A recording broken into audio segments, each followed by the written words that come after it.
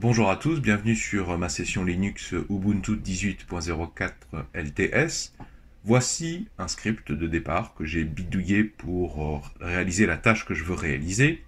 J'en suis arrivé à un point où je lance ce script depuis mon bureau, habituellement, mais maintenant je voudrais qu'il se lance tout seul dès le démarrage de mon ordinateur.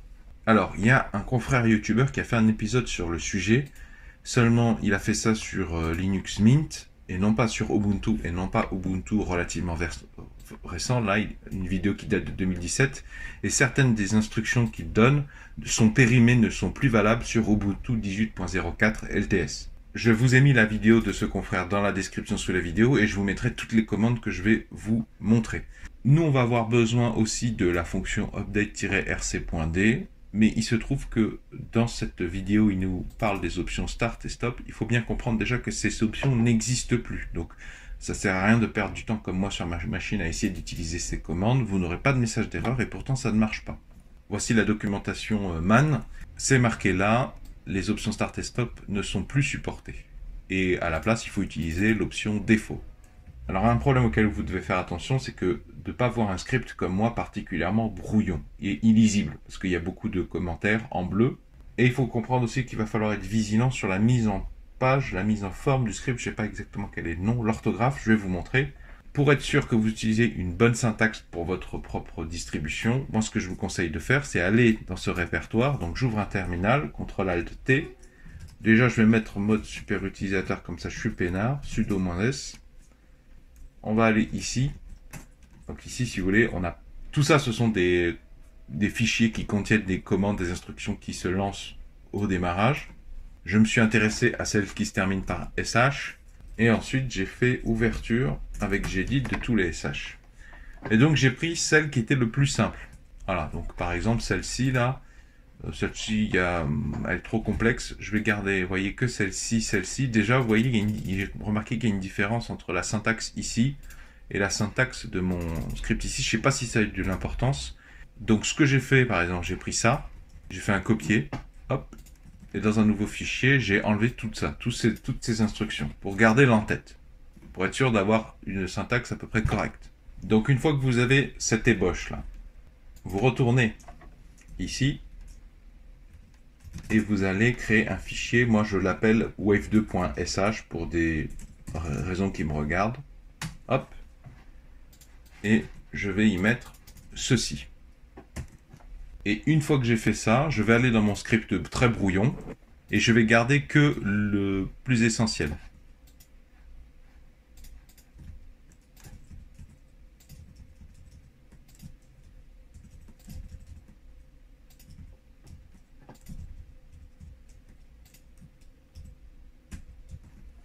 Voilà. Donc là, j'ai sauvegardé en CTRL S. Je ferme avec CTRL W. On est toujours à cet endroit. Cette fois-ci, vous voyez qu'il y a bien le fichier que je viens de créer. Votre fichier que vous voulez lancer au démarrage. Je rouvre. On est bon. CTRL W. Alors, avant que j'oublie de vous montrer, le script qu'on va lancer, il doit créer des répertoires position GPS, dont le nom commence par position GPS, et un répertoire WAV dans lequel il y a des fichiers sonores de 10 secondes qui s'enregistreront. Je vous montre qu'ils n'y sont pas, il est 10h11, pour que vous puissiez faire le comparatif avec tout à l'heure. Donc, maintenant, on va lancer ces instructions. Vous les trouverez dans la description sous la vidéo. Vous n'aurez plus qu'à les adapter à votre exemple et à faire des copier-coller. Donc ça, c'est pour vous rendre dans le répertoire si jamais vous avez bougé. On a créé le fichier SH, mais vous voyez qu'il est blanc alors que tous les autres sont verts. On va remédier ici avec cette commande qui rend exécutable le fichier bash wave2.sh. Ensuite, je ne sais pas trop pourquoi, mais on va utiliser cette commande. Je vous mettrai toutes mes sources dans la description pour changer les droits concernant ce fichier. Bon, ça change pas, visuellement, ça ne change pas grand-chose. Ensuite, on va utiliser cette commande. C'est cette commande qui va dire à l'ordinateur de intégrer cette fonction SH parmi les scripts qui doivent être lancés automatiquement dès le démarrage.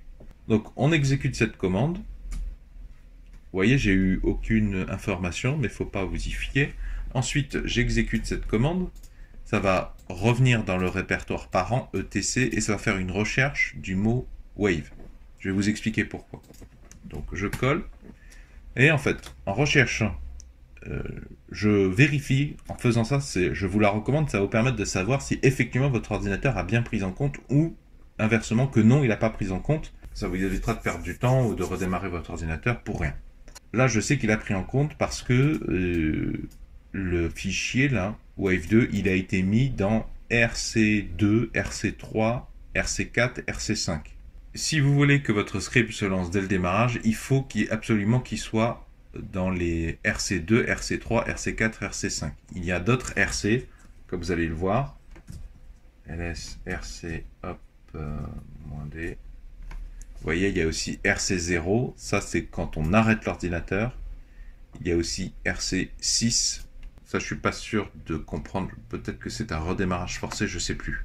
En fait, sous Ubuntu, et en général sous Linux, dans ces répertoires, avec la commande update-rc, sont créés des liens qui référencient les commandes qui vont être lancées au démarrage ou à l'arrêt ou au redémarrage forcé, etc., etc.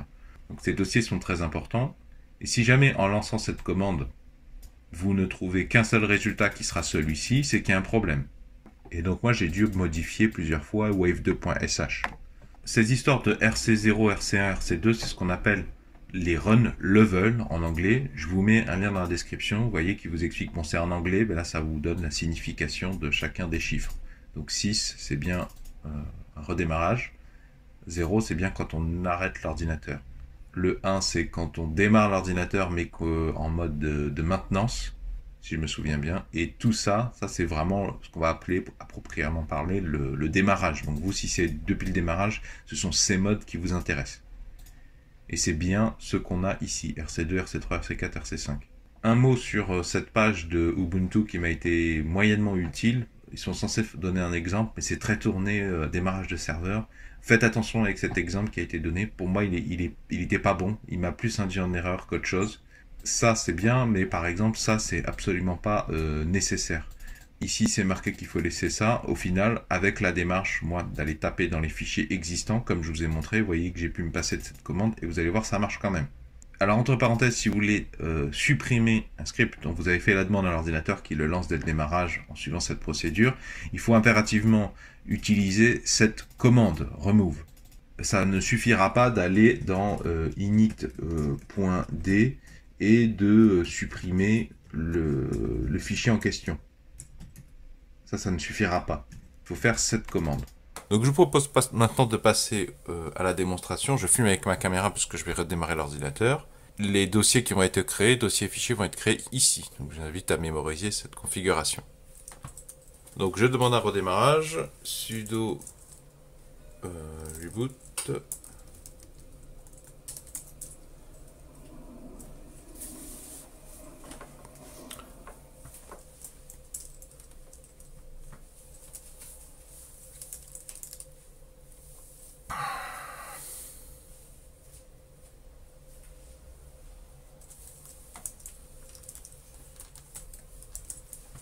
Je lance ma machine.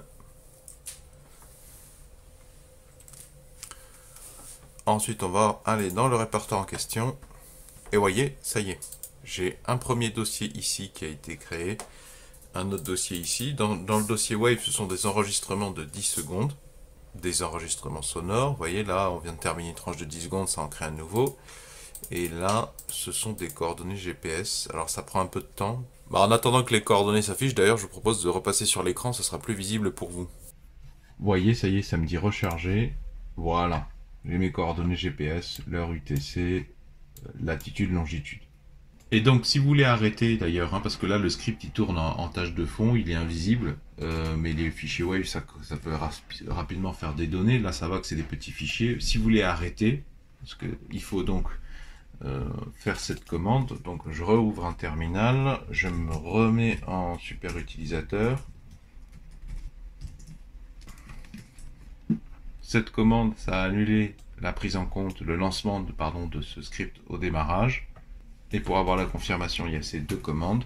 Vous voyez que le fichier Wave2, il est présent uniquement dans le répertoire init.d, il n'y a plus les RC2, RC3, RC4, RC5. Donc c'est bon.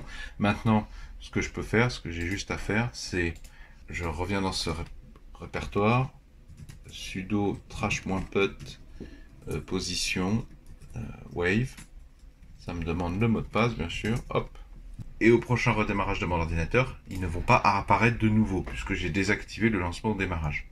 Mais le fichier wave2.sh en lui-même, il est toujours dans ce répertoire. Hein. Là, j'ai pas demandé à ce qu'il soit supprimé, j'ai demandé à ce qu'il soit, entre guillemets, désinstallé de la liste des scripts qui doivent se lancer au démarrage.